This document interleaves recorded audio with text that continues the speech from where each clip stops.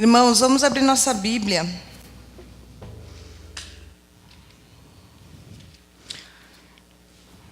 Em 1 Coríntios, capítulo 11.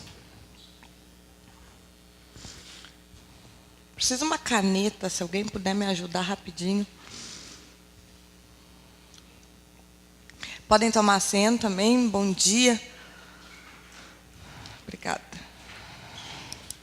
Estamos aqui reunidos para celebrar a ceia do Senhor. Graças a Deus. E nessa manhã eu senti no meu coração de trazer uma palavra de ensino acerca da ceia do Senhor. Amém? Por quê? É só olharmos para as cadeiras vazias.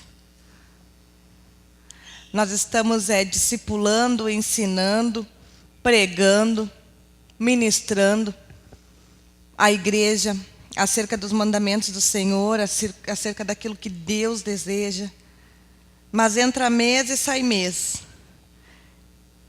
E eu quero dizer algo, sem que ninguém se ofenda.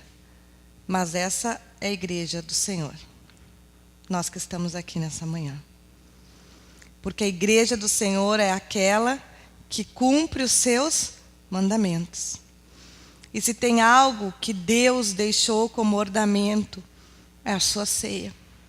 Fazer isso em memória de mim, nós vamos ler aqui. E é o nosso compromisso diante de Deus. Eu sempre falo e repito, se tem um culto que é importante, é o culto de ceia. Se tem um culto que nós não podemos faltar, é o culto de ceia.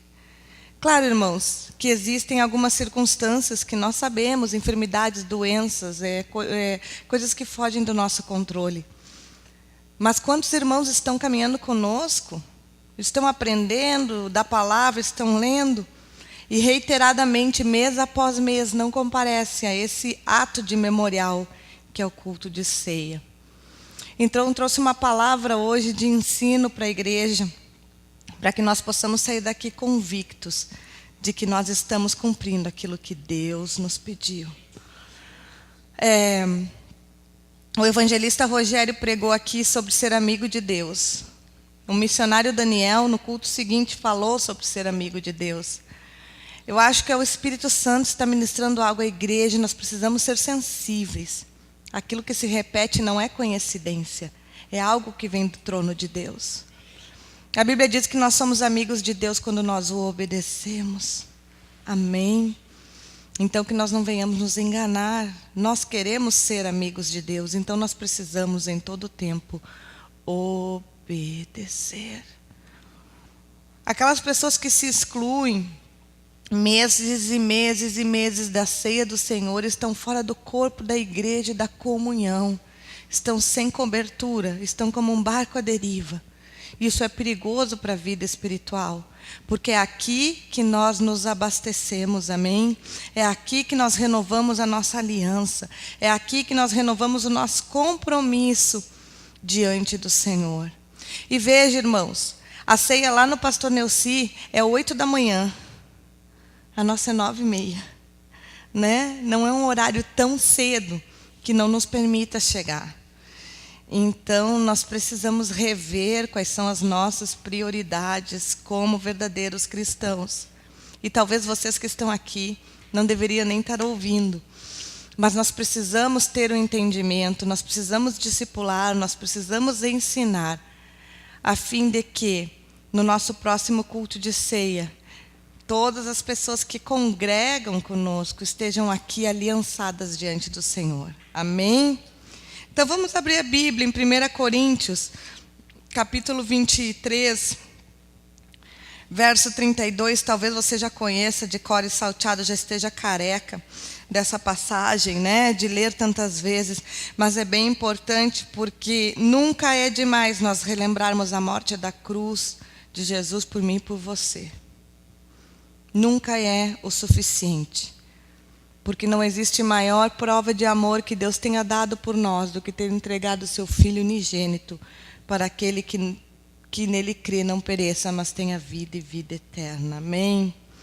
Diz assim a palavra do Senhor. Porque eu recebi do Senhor o que também vos ensinei, que que o Senhor Jesus, na noite em que foi traído, tomou o pão. E tendo dado graças, partiu e disse: tomai e comei, isto é o meu corpo que é partido por vós. Fazei isto em memória de mim. Semelhantemente também, depois de ceiar, tomou o cálice, dizendo: este cálice é o novo testamento no meu sangue.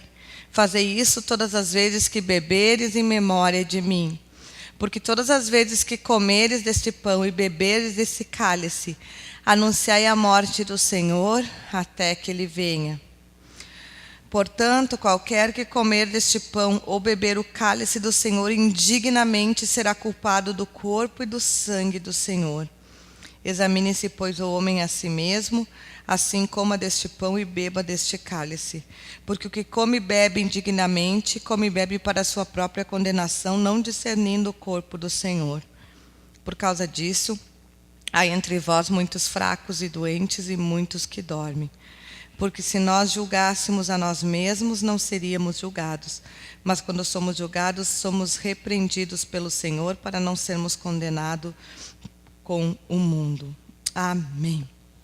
Irmãos, nós vemos aqui que a ceia do Senhor, ela foi instituída, foi uma instituição de Cristo.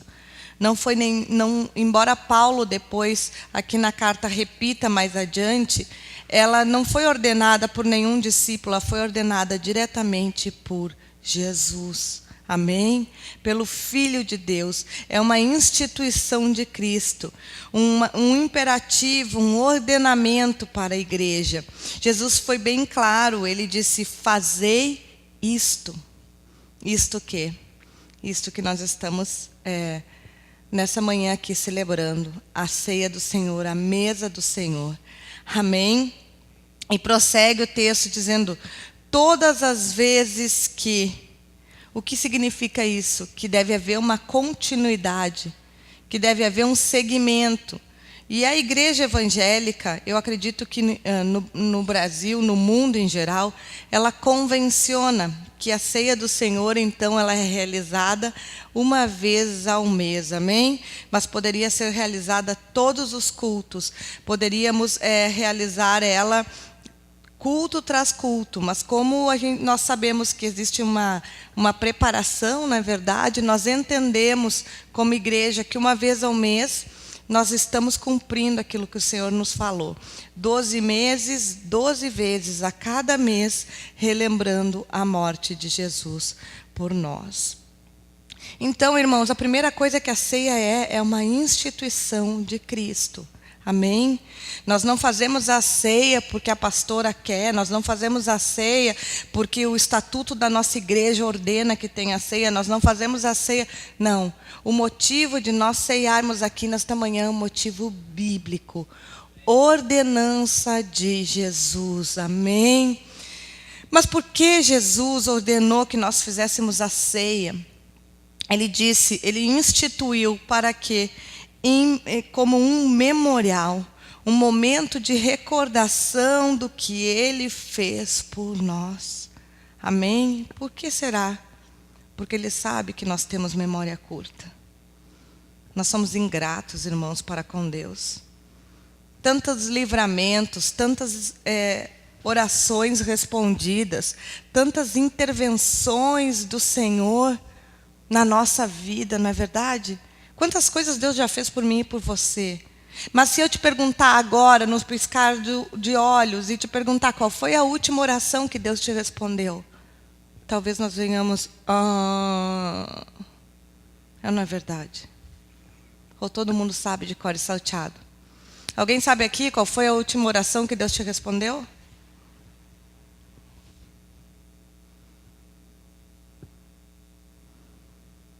Nós não lembramos. Por quê? Porque existem tantas coisas na nossa vida. Tantas coisas permeiam a nossa mente, o nosso pensamento. Tantas preocupações, tantas ansiedades, tantas necessidades a serem supridas. Que o Senhor sabia que o homem por si tem memória curta. Então Ele disse, fazer isso em memória de mim. Porque nós precisamos entender que a centralidade do Evangelho está numa teologia da cruz. Amém? Uma teologia pouco falada, uma teologia pouco pregada, porque não se faz bons clientes numa teologia da cruz. Porque a teologia da cruz me diz que eu tenho que morrer para mim mesma, me diz que eu tenho que suportar, me diz que eu tenho que ser aquilo que Jesus quer que eu seja, que eu tenho que renunciar aos meus sentimentos, que eu tenho que ter domínio próprio sobre o meu temperamento, que Deus vai fazer o que Ele quer e não aquilo que eu quero que Ele faça. É a teologia da cruz. Qual o louro? Renúncia. E nós não gostamos de renunciar. Nós queremos tudo.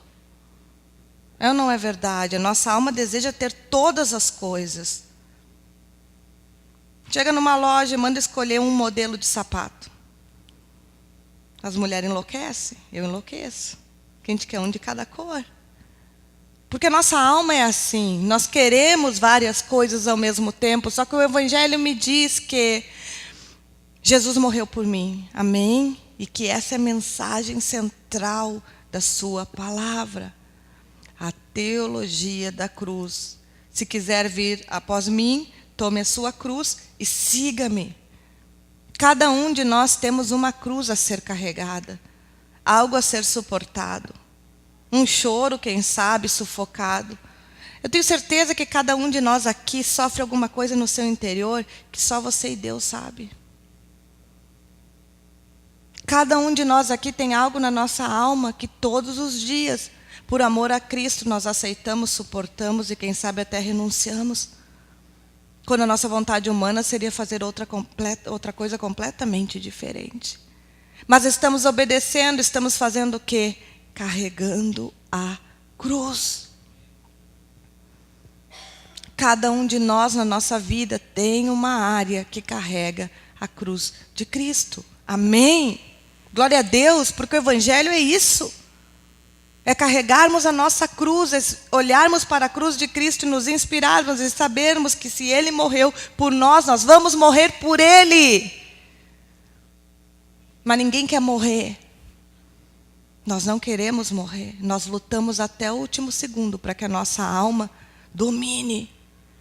Para que nossa carne sobreviva. Porque morte de cruz, como Jesus morreu por nós, é dolorido. É a cada dia um pouco mais. Para que a obra completa de Cristo se complete no meu e no seu interior. Quantos de nós não gostaríamos de, humanamente falando, estar num domingo chuvoso na cama, tomando chimarrão, descansando, olhando TV, sei lá, aquilo que a nossa carne gosta. Mas nós nos levantamos, provavelmente ontem o culto já começou para mim e para você. Na nossa casa começa o culto de ceia, começa no sábado. Porque a gente tem que dormir mais cedo. Tem que preparar a palavra no sábado. Ou seja, renunciamos a lugares e coisas que queremos fazer, porque no outro dia temos um compromisso com o Senhor. Amém? Glória a Deus por isso. Porque temos o privilégio de estarmos aqui nessa manhã, podendo nos encontrar com Ele. Amém? Isso aqui não é um clube social, não é uma rede de relacionamentos. Não andamos juntos porque apenas temos simpatia um pelos outros. E é claro que temos amor, mas acima de tudo, andamos juntos no propósito e no amor de Deus que nos uniu. Por isso nós somos o seu corpo, Ele é o cabeça, por isso nós somos a sua igreja. Aleluia! E é por isso que um dia, eu e você, quem sabe, num domingo de manhã, estávamos chegando de uma balada, sei lá, chegando de tantos lugares, mas hoje nós estamos aqui diante de Deus, limpos e sóbrios, para podermos celebrar a sua ceia. Aleluia! Fomos lavados, fomos revestidos, fomos curados, fomos ministrados para estarmos diante de Deus. Alguns dignos, quem sabe outros indignos, mas este é o momento de nós acertarmos contas com Ele. Aleluia! Então, irmãos, A vida com Cristo é uma vida, um evangelho verdadeiro, é o evangelho da cruz. Onde renunciamos, onde pagamos um preço, onde aceitamos a vontade dele que se sobrepõe à nossa vontade. Onde temos que aceitar que Deus resolve as nossas circunstâncias e os nossos problemas segundo a sabedoria dele e não segundo a nossa. Onde a Bíblia diz que inescrutável são os seus caminhos, quem pode conhecer a mente do nosso Deus? Porque Deus sempre tem o melhor para nós. Ainda que num primeiro momento nós não entendemos, nós questionamos, nós gostaríamos de fazer diferente, nós não queremos sofrer, porque o sofrimento é horrível. Quem gosta aqui de sofrer? Ninguém. Sofrer dói. Mas é um paradoxo, porque é nos maiores momentos de sofrimento que nós mais nos encontramos com Ele. É nos momentos de tristeza, de renúncia, que nós podemos ver a face de Deus. É nos momentos de sofrimento que nós buscamos a sua essência e podemos nos encontrar com Ele. Minhas maiores experiências com Deus não foram nos meus dias mais felizes. Nem nos dias de aniversário, de festa, de foto, nem de comemoração. Minhas maiores experiências com Deus foram nos momentos de cruz, de solidão, de traição, de dor, de ter vontade de morrer. Ali eu me encontrei com Ele. Aleluia! Então nós, de uma forma paradoxal, o homem evita o sofrimento e Deus permite, porque é no sofrimento que nós nos encontramos com Ele. Então, se temos cruz na nossa vida, glória a Deus. Amém. Porque estamos fazendo o que Ele fez por nós. Não nos alegramos apenas com as coisas formidáveis que Deus nos concede, mas muitas vezes um sofrimento pode ser um motivo de bênção. Pode ser um motivo de milagre. Pode ser um motivo de cura. Amém. E eu não estou dizendo que é fácil sofrer. E eu não quero que você sofra. Porque eu amo vocês. Eu também não quero que ninguém da minha família sofra, mas às vezes é necessário para chegarmos até Ele. Amém? Irmãos, então a ceia é uma instituição de Cristo e é um memorial. A Bíblia diz, anunciando a morte do Senhor até que Ele venha. Nós vivemos mais da metade dos nossos dias ignorando que Jesus vai voltar. É ou não é verdade? Nós vivemos pensando no aqui e no agora. Eu não estou dizendo que você tem que ser um alienado. Nós estamos nesse mundo. Somos peregrinos, mas estamos nesse mundo. Enquanto estamos nesse mundo, é óbvio que nos preocupamos com as coisas desse mundo. Mas nós não podemos viver de tal forma que vivamos somente o hoje, nos esquecemos de anunciar a morte e vinda do Senhor. Porque Ele virá. Aleluia! A Bíblia diz que será como um relâmpago que vem do Oriente e vai para o Ocidente. Assim será, como o ladrão na calada da noite. O dia e a hora ninguém sabe. Por isso que tem um monte de profetada e baboseira aí na internet e coisas que nós lemos, porque a Bíblia diz que ninguém saberá. Mas os sinais da sua vinda, mais e mais, se aproximam. Rumores de guerra, gritos de ai. Levantai as vossas cabeças e sabeis que a minha redenção está próxima. Aleluia! Quem sabe nessa manhã nós podemos dizer, vem Senhor Jesus.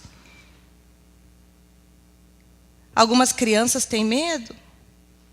A Maria Fernanda me faz tantas perguntas sobre a vinda de Jesus e a metade delas eu não sei responder, porque eu explico para ela que não tem explicação. E ela me pergunta, mãe, se eu estiver na escola e tu estiver trabalhando, como vai ser? Eu também não sei como vai ser, mas eu sei que nós vamos nos encontrar lá, amém? Jesus vai voltar. Mas quantos de nós realmente creem nisso? Muitos não creem, irmãos. Sabe por quê? Porque vivem só o aqui, o agora, o hoje, o amanhã, as coisas desse mundo e as espirituais que não se podem ver nem tocar. Que baboseira é essa que Jesus vai voltar? Eu já tive um monte de pesadelo que Jesus voltava e eu ficava. Espero que você não sonhe isso, mas eu sonho muito. E dá um pânico. Porque eu não encontro as pessoas, as casas mudaram de lugar. É terrível. Mas glória a Deus por esses sonhos espirituais que são avisos da parte de Deus do porvir. Ele vai voltar. Amém? E talvez nós podemos dizer, Maranata, vem Senhor Jesus. Amém. Glória a Deus por isso, que Jesus venha. Mas quantas pessoas tem aqui nessa igreja hoje? E as que não estão?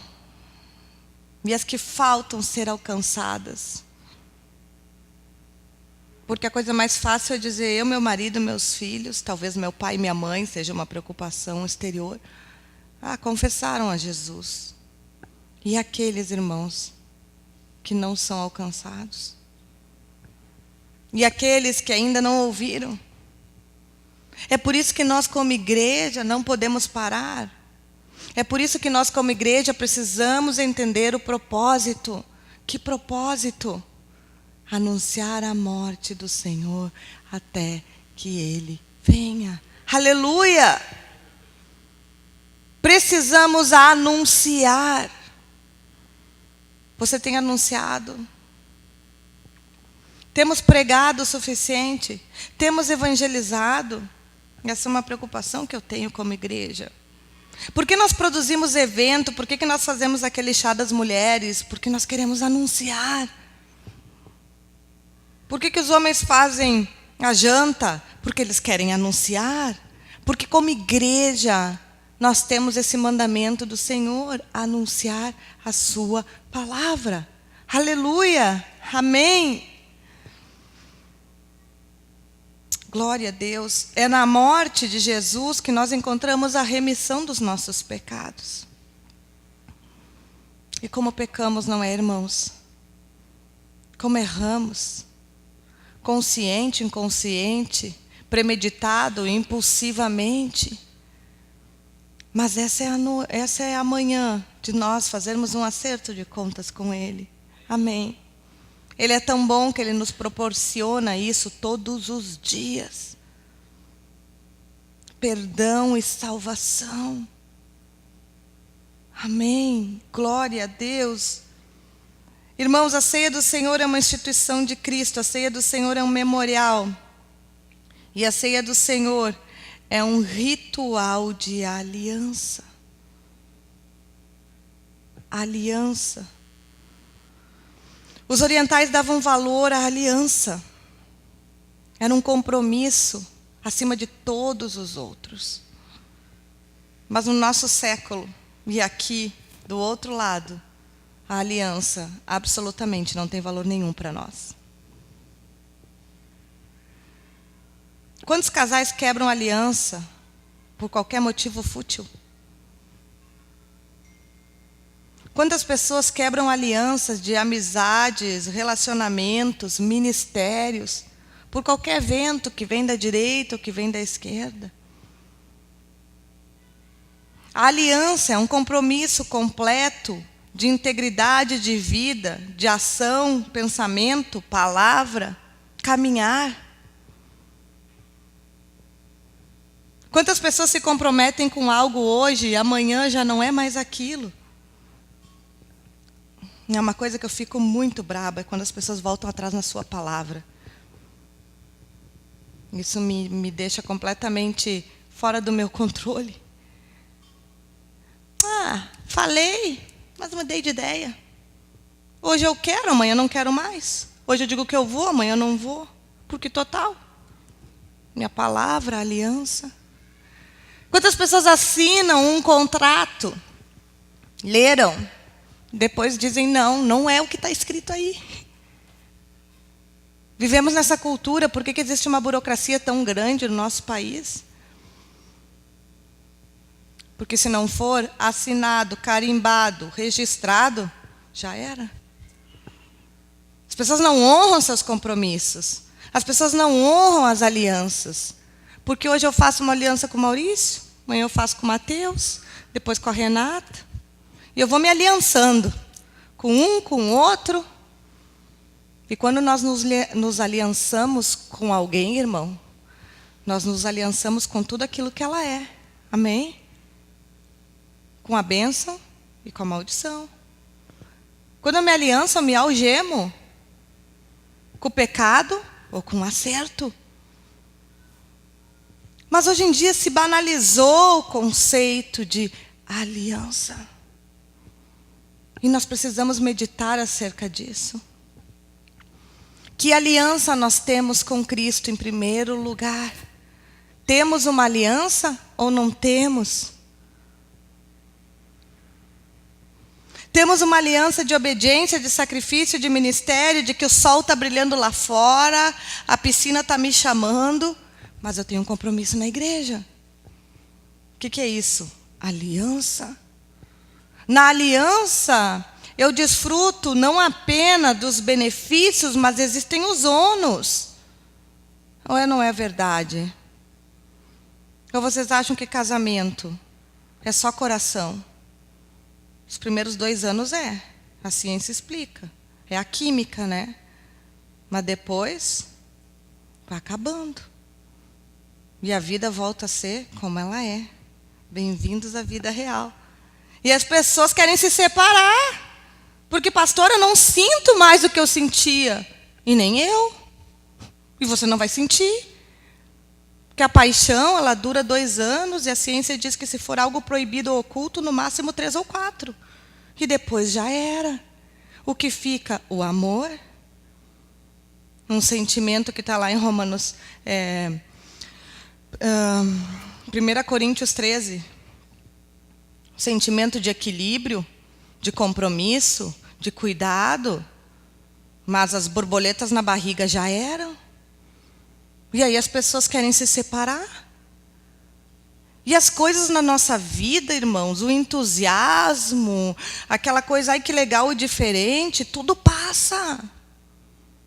Chega na igreja, ai ama a igreja, ai como a igreja é legal, como a pastora é diferente, tá.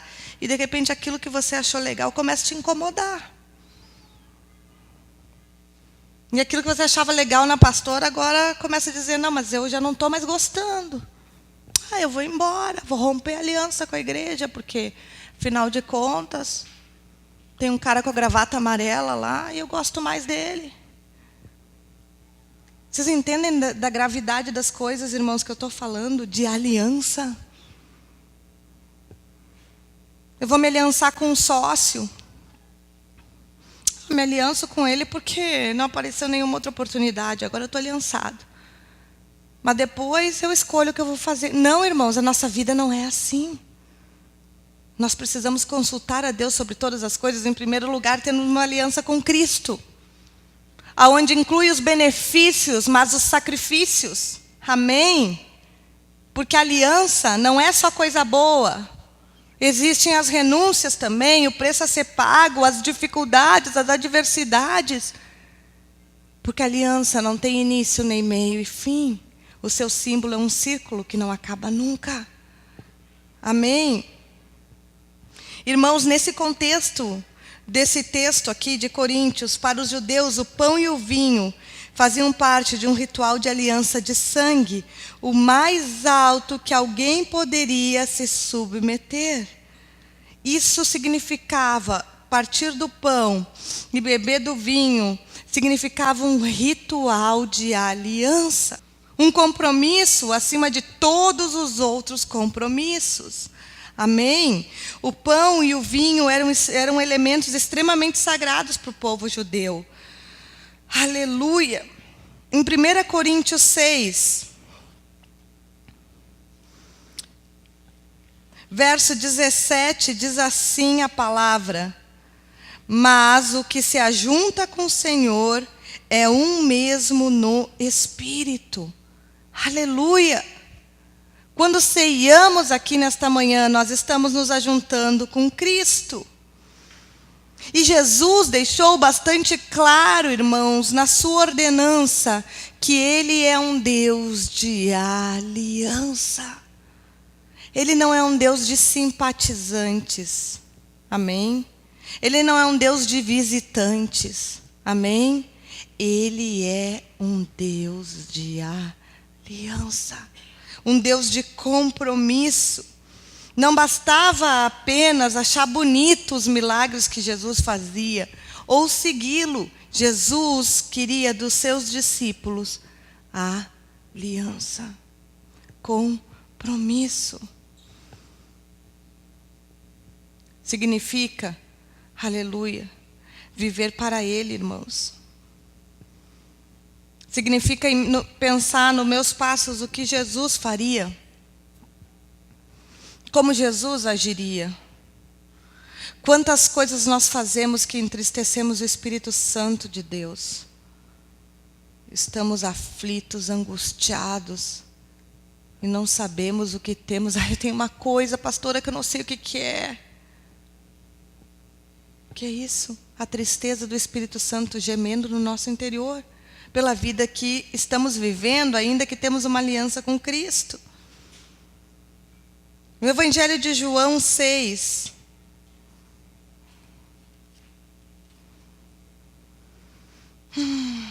Vamos lá, já estou terminando, hoje é só uma reflexão. João 6, verso 53, diz assim: Jesus, pois, lhe disse: na verdade vos digo que, se não comerdes a carne do Filho do Homem, e não beberes o seu sangue, não tereis vida em vós mesmos.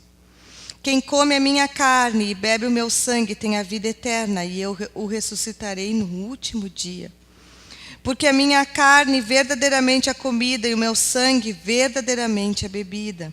Quem come minha carne e bebe o meu sangue permanece em mim, e eu nele. Aleluia! Nessa manhã é uma manhã de renovação. É uma manhã de nós, mais uma vez, reafirmarmos a nossa aliança, mas termos a convicção de que Jesus está em nós e nós estamos nele. Que nos tornamos um com o Pai. E a palavra de Deus diz que se vós estiveres em mim e eu em vós, pede o que quiseres, que vos será feito. Pastora, Deus não responde às minhas orações. Será que você está em Cristo? Será que Cristo está em você? Eu não estou dizendo que toda oração não respondida é esse o motivo, mas estou aqui lançando um desafio de pensamento. Será que estamos nele e ele em nós? Irmãos, nós podemos nascer na igreja, ser apresentado na igreja, casar na igreja, ter um ministério na igreja, morrer, ser velado na igreja, acordar no inferno. Pode? Claro que pode.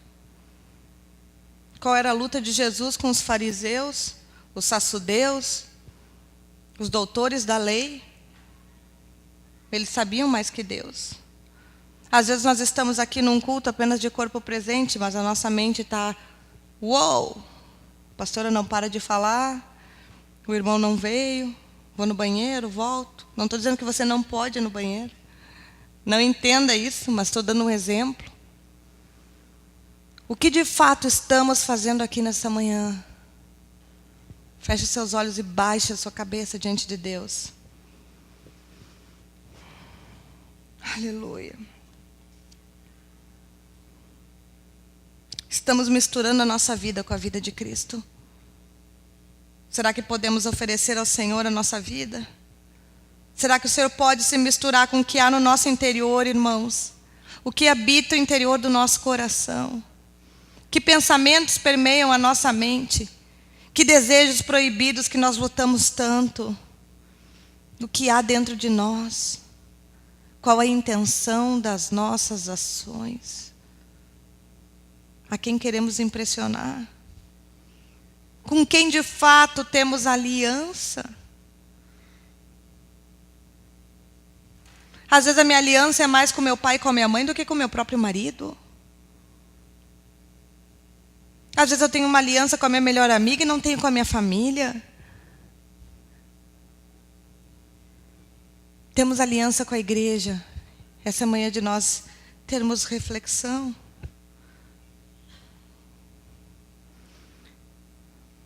Amém? Pode levantar sua cabeça. Nós precisamos fazer essa pausa mensal na nossa vida para corrigirmos o curso que temos dado. É como um vagão que começa a sair do trilho. Quantas vezes nós começamos a pegar caminhos que desagradam a Deus?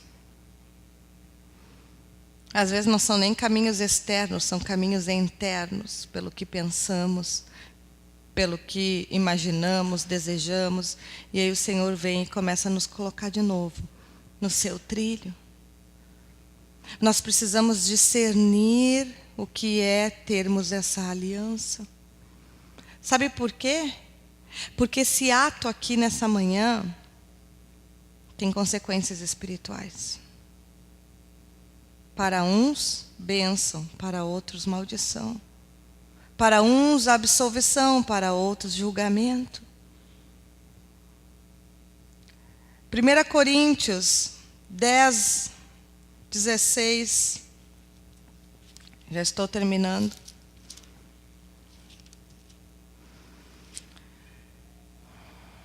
Diz assim: porventura o cálice da bênção que abençoamos não é a comunhão do sangue de Cristo?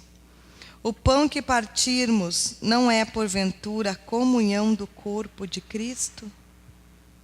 Amém? Olha que a palavra de Deus diz assim: o cálice da bênção. Aleluia! Quem não quer beber o cálice da bênção?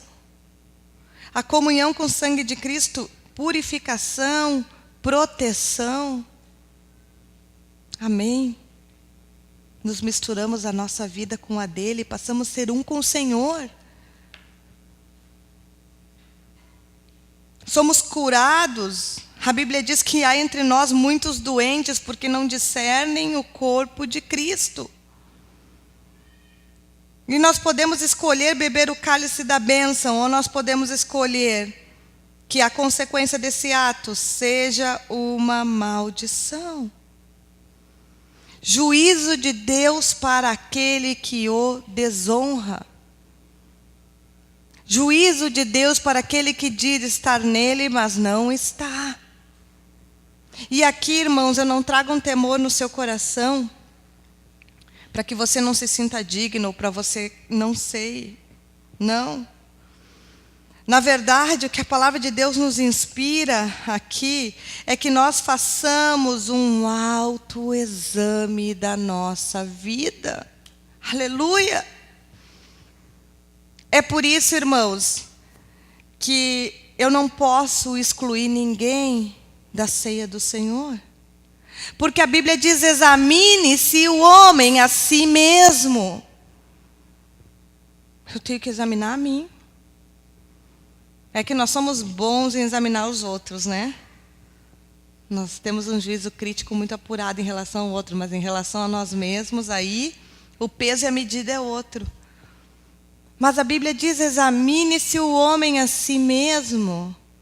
Como que eu vou impedir alguém? Como é que eu vou examinar alguém? Eu não posso. Porque quem conhece o coração é Deus. Quantas vezes nós somos injustos com pessoas? Quantas vezes nós julgamos pela aparência e nos enganamos? Então a Bíblia diz: examine-se o homem a si mesmo. Amém? 1 João 1, 9, a palavra de Deus diz assim: se confessarmos os nossos pecados, Ele é fiel e justo para nos perdoar os pecados e nos purificar de toda a injustiça. Aleluia. O Senhor está aqui nessa manhã, desejando o quê? Arrependimento. Desejando o quê? Se não termos uma aliança ainda com Ele, que venhamos a afirmar. Aleluia. Que venhamos adiante dEle nos arrependermos. Confessar. Por que é tão difícil confessar? Às vezes nós temos tantos pecados, mas não confessamos, não é verdade?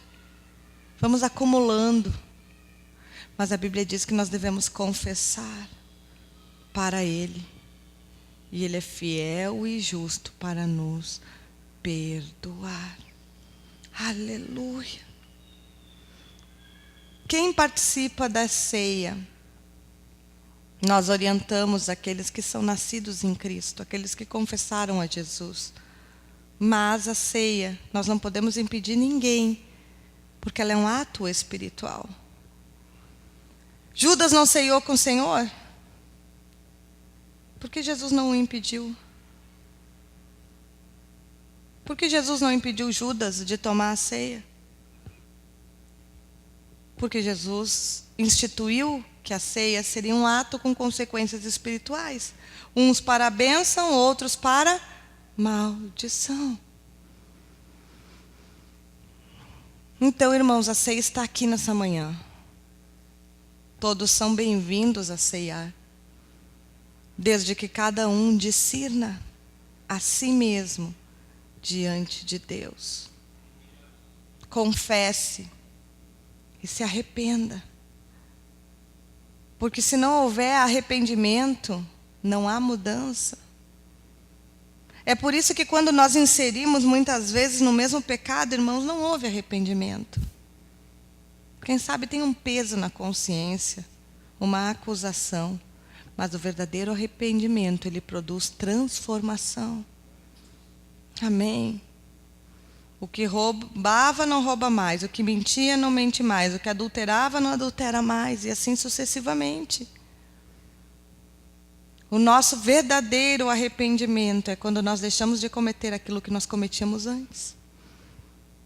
Então que nós sejamos hoje sinceros diante de Deus para nos arrepender verdadeiramente. Amém.